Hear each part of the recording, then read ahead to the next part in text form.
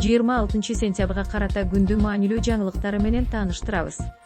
Бишкектеги тыгындан улам кош бойлуу келин төрөтүүнө жетпей, патрулдук милициянын унаасында көз жарды. Маалыматка караганда, жаран кайгыл кызматкерлерине жардам сурап кайрылган. Милиция кызматкерлери ыкчам чара көргөнүнө карабай төрөтканага жетишпей калган.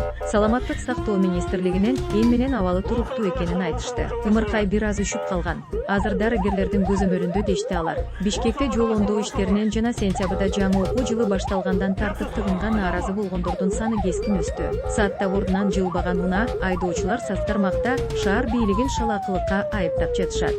Интернеттеги холера оорусу жөнүндө тарап жаткан маалыматтар чындыкка дал келбейт. Өлкөдөгү эпидемиологиялык абал туруктуу жана көзөмөлдө. Мындай билдирүүнү Саламаттык сактоо министрлиги таратты. Мурдараак социалдык тармактарда Ош облусунун аймагында Ош шаарындагы Ак Буура дарыясынан, Уван каналынан жана Араван районундагы каналдардын биринен холера вибриондору табылганы жөнүндө маалымат жайылган. Кийин илдеттин вирусу Бишкекте да бар деп айтыла баштаган болчу. Министрлик үзгүлтүксүз санитардык мониторинг жүргүзүлүп турарын эскертти. Акыркы жолу Ош шаарынан, Араван жана Кара Суу райондорунан алынган үлгүлөрдө холера вибриону аныкталган. Бирок ал адам үчүн коркунучтуу эмес жана классикалык холерадагыдай эпидемиялык потенциалы жок. Эпидемиялык коркунуч жок болгонуна карабастан толук көлөмдө тиешелүү чаралар көрүлдү, деп айтылат министрликтин маалыматында. Холера адамдын ичеги кардын сезгентүүчү жугуштуу оору, көбүнчө суу менен таралышы коркунучтуу.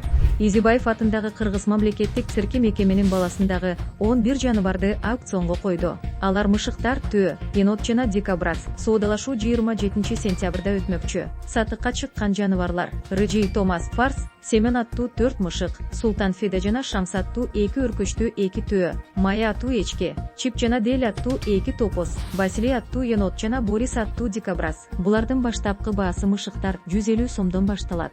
Ал эми төөлөр 76.950 сомго чейин бааланууда. Дел жана Чип аттуу топоздордун баасы 68.400 сом, енот туку 15.000 сом, Борис болсо 25.000 сомго сатылат.